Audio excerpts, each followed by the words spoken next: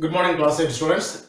Today, let's study about the parliament and its functions, all the details. First of all, let's see what is a parliament. Parliament is a supreme lawmaking body in any democratic country. In all the democratic countries, one lawmaking body is there. It can be called by different names in different nations. In India, we have also a supreme lawmaking body, and that body is called the parliament. Parliament is very much necessary in a democratic country to rule a country, to make laws, and also to take decisions. To conduct proper administration in a nation, a parliament is very much necessary. Let us see here now, why should people decide in India? Why people decide to choose members to rule or representatives to rule? Because we know that even though India attained freedom in 1947, but before that we have a colonial past. During British period, Indian people had no freedom to decide their own matters. In our own country, we were living like slaves. We had no freedom to express. We had no freedom to choose our leaders, rulers. And so the people of India during freedom struggle thought that in the independent India, all the Indian people should have voting right, universal adult franchise. All the people should be totally free to express their opinions. All the people wanted to be treated equally. All these matters, people decided. And for doing all this, for getting all this, one parliament should be there, and the members of the parliament wanted to be elected by the Indian people. So here, Indian people during British period, the Indian people under the banner of Indian National Congress, which was formed in 1885, Indian people demanded to British government that in British Indian legislature, Indian people should have opportunity for being the members. Because of the continuous request, finally British government accepted the demands of Indian people, and as per Government of India Act 1909, some seats were given for Indian people. But here also, all the Indian people had no voting right, and all the Indian people were not able to participate in the election as candidates also. But all the Indian people during freedom struggle, they thought that in the independent India, people should be totally free to choose their representatives. Everybody should have voting right. All adult citizens should have voting right. And all adult people should be able to participate in elections as candidates. And that is why in independent India, one parliament formed and parliamentary members are getting elected. Now let's see here, people and their representatives. In India, people are really real power sources, because people can choose their rulers and people can remove their rulers from power. If they feel that their elected rulers are not working for the welfare of all the sections of society, people can remove them from their power.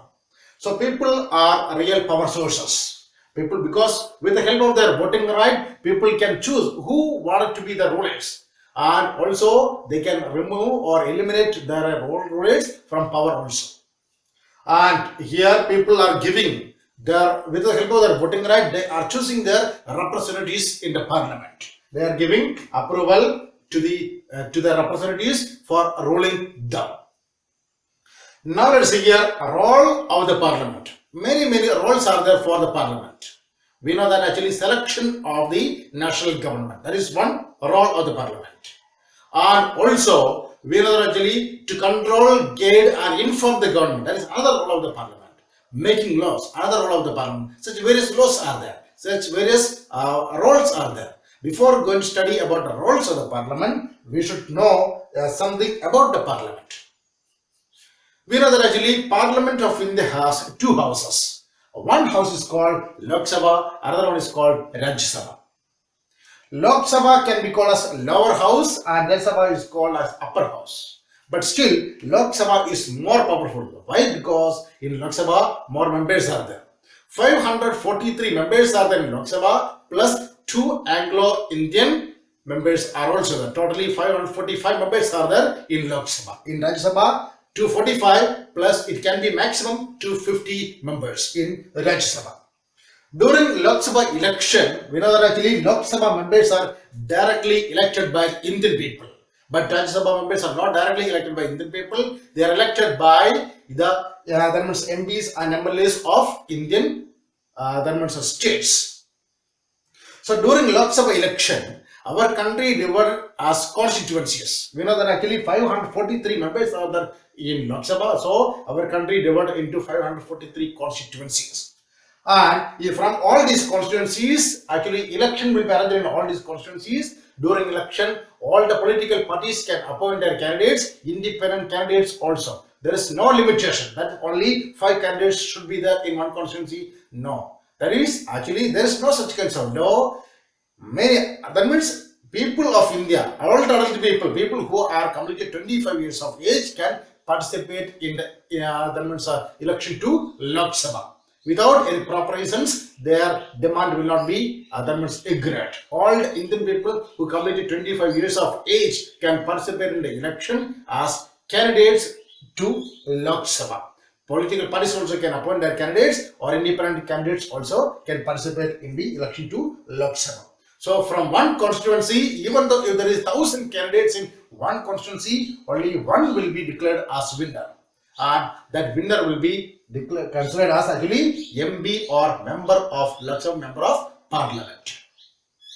So all of you just go through this section. That is actually why Indian people got decided. Why Indian people want to decide who want to be the rulers, or who wanted to what the kind of decision want to be there, and what is a parliament, why parliament is formed. Because we know that before the Indian independence, during freedom struggle, during colonial period, we have suffered a lot, and Indian people had no freedom of expression. All Indian people had no voting right. People were not able to decide who want to be their rulers, and also they were not able to eliminate their rulers from power. And because of all these reasons, in independent India, parliament is formed. When parliament is formed, and also these powers and rights granted to the people of India.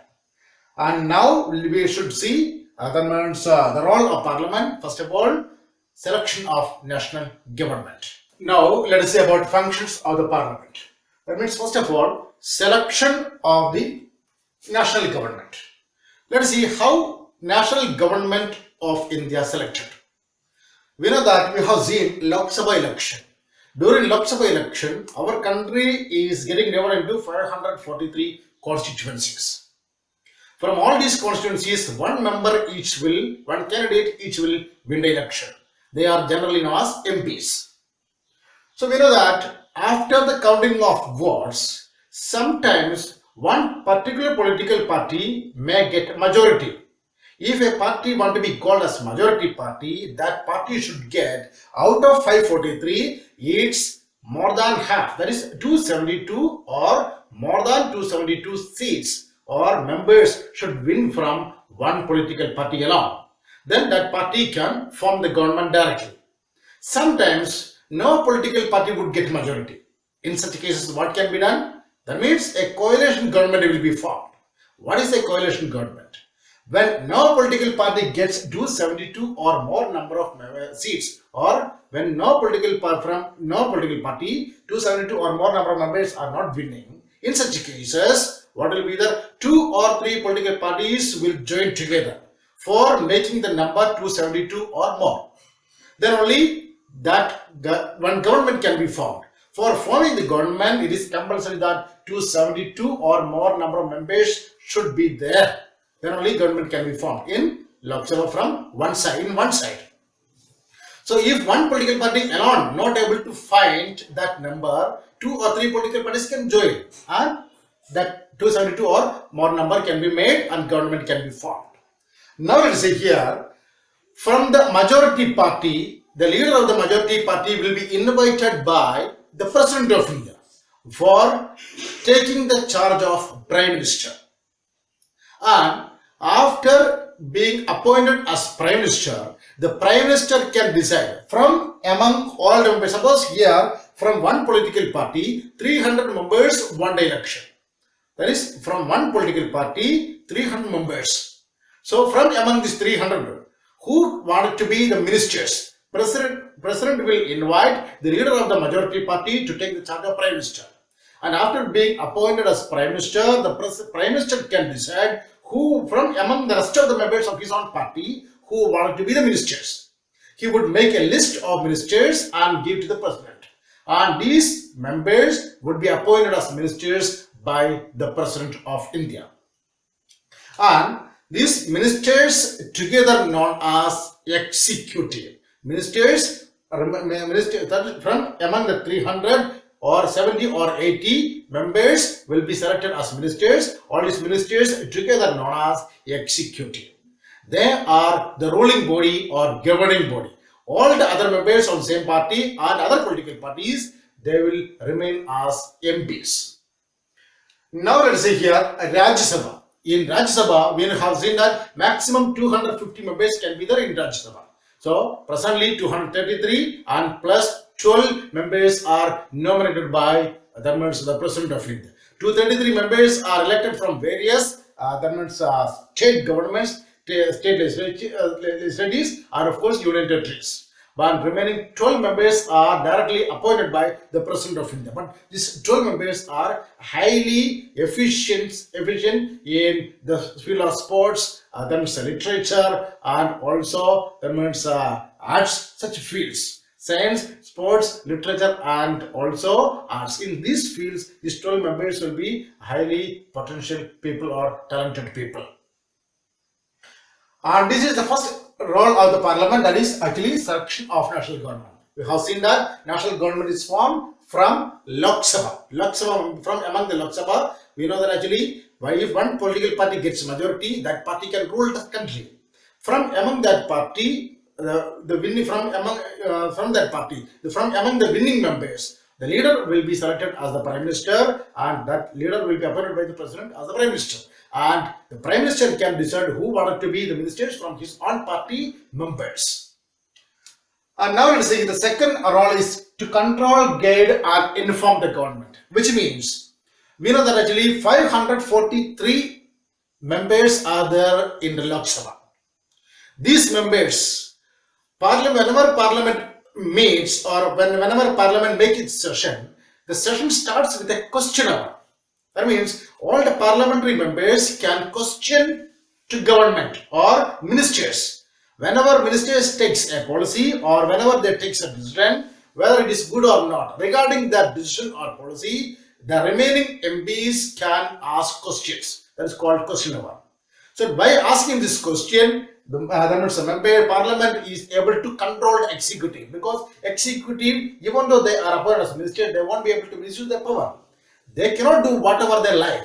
They are answerable to the parliament. This is during question hour. During question hour, they are answerable to the parliament. And so, through this question hour, through this right, parliament is controlling the executive, and they are actually preventing executive from misusing their power. And of course, they are guiding. They are informing the ministers. That means remaining parliamentary members, they are actually always working with the people, common people. They are understanding the problems of the people, and they are guiding the government. They are guiding the executive to take proper decisions for solving the problems of the people, and informing what is necessary, what is needed to be done, what is not to be done. All these matters they are informing, because the MPs are always working for the welfare of the people. They should work for the welfare of the people. They are understanding the problems of the people. They are informing the government. They are guiding the government, informing the government, controlling the government or executive. From them, they are controlling the executive from misusing its power, and they are also guiding, informing, or what type of decision want to be taken out, what is good and what is wrong. They are guiding and informing the government. And the third role is called lawmaking. Parliament has lawmaking function, but Lok Sabha alone cannot make a law. Lok Sabha and Rajya Sabha both will have power, except on money bill. Lok Sabha and Rajya Sabha will have equal power for making laws. In class 7, you have studied about these law-making procedures. We know that actually first reading, second reading, committee stage, report stage, third reading, and voting approval of the president. All these functions want to be completed in Lok Sabha. The same function want to be completed in the Rajya Sabha also. Then only one bill can be changed as law. That means law-making procedure. Parliament has the right to make law, but for making law, it is not an easy task. So many procedures want to be completed. So we know that actually selection of national government to control, guide and inform the government, law-making. These are three main functions or role of the Indian Parliament. Now let's see who are the people in Parliament. We know that actually people of the Parliament are representatives. People, that is, the parliamentary people are the representatives of the people, because practically it is impossible that all the Indian people can sit together, because in our country more than 130 crore people are there. All these people cannot sit together. If they are able to sit together, if the population of a country is very less, suppose if the population of a country is just 500, all these people can sit together, they can discuss their own problems and they can also solve their own problems in that meeting itself. But in a country like India, it is practically impossible, because our population is very wide, very large. All the people are not able to sit together, and moreover, if all the people are able to sit together, also all the people may not have equal knowledge related to politics. All people may not be able to find time for participating in a meeting, because all are not equally rich. Large number of people are daily wage workers, and so all these daily wage workers they are not able to participate in the meetings, decision making process, and that is why Indian people are choosing their representatives to deal their matters, to solve their problems, and also to understand their problems, and also to find out methods to solve their problems also. So these representatives are from various backgrounds, not only from one section of society. We know that in India, different religious groups are there, caste groups are there, linguistic groups are there, upper class people are there, lower class people are there, rich people are there, poor people are there, men and women, all these sections are there. So members of the Indian Parliament are from various backgrounds, because in India, some seats are reserved for scheduled tribe and scheduled caste also. Otherwise, no member would be there from the scheduled caste in Indian Parliament. No scheduled caste member would be there in the Indian Parliament. No scheduled caste member would be there in Indian Parliament. If there is no member from scheduled caste and scheduled tribe in Indian Parliament, nobody would raise their voice for upliftment of these weaker sections of society. And that is why some seats are reserved for scheduled tribe and scheduled caste in the Indian Parliament. As per that, now it is compulsory that limited certain number of scheduled tribe members should be there, certain number of scheduled caste members should be there in Indian Parliament. Along with them, upper caste members will be there, and other backward class members will be there, and also women members also should be there.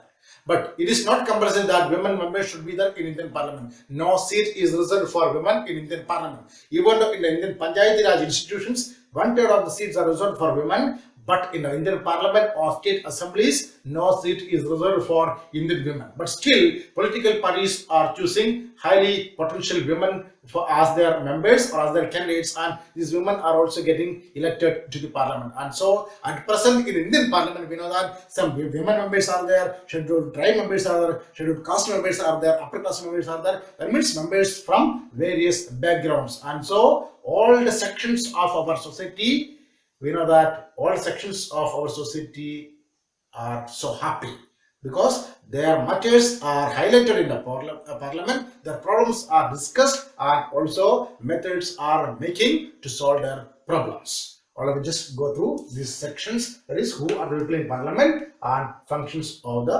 parliament also. Thank you.